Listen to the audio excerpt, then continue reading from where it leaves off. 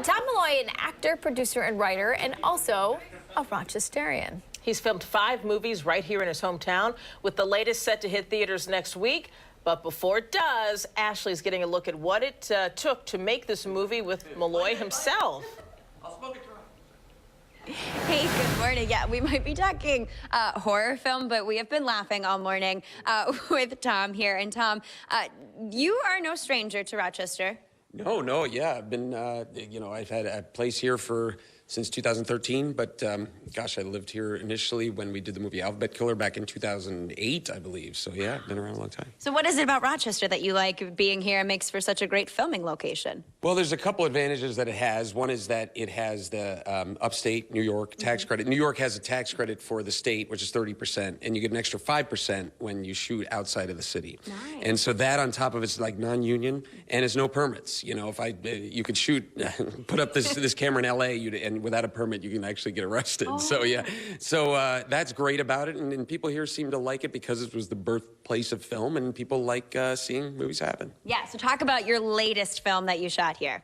The last one I shot here was this movie called Screamers, and it's a found footage horror movie, and it's has to do with an internet company that basically gets a series of these videos called Screamer videos, which people have heard of before. It's that, the initial one was the car driving down the road, and then you're watching, and then bang, a ghost comes. They scare you. Yeah, and it makes you scream. So those videos are called Screamers. So this internet company gets a series of these videos, and they're so good that they start to explore where they're coming from, and they unravel this mystery, and you kind of follow it down the rabbit hole, and then it leads to a lot of scary stuff.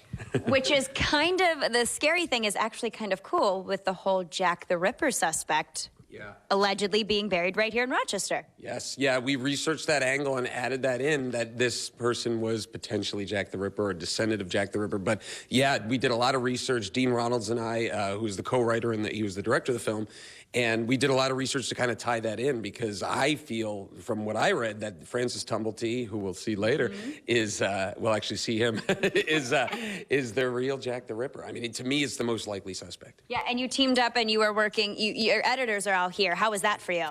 They were fantastic. Aaron Gordon and Sullivan here. They were fantastic from the start.